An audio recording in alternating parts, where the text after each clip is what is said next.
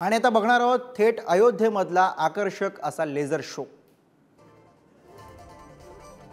प्रभू श्रीरामाच्या अयोध्येमधली दृश्य आहेत।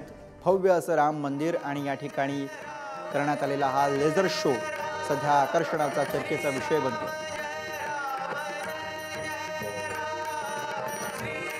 विविध अशा रंगांची उधळण या ठिकाणी अयोध्येमधल्या प्रभू श्रीरामाच्या मंदिरावरती आपल्याला होताना पाहायला मिळते या लेझर शोच्या माध्यमातून।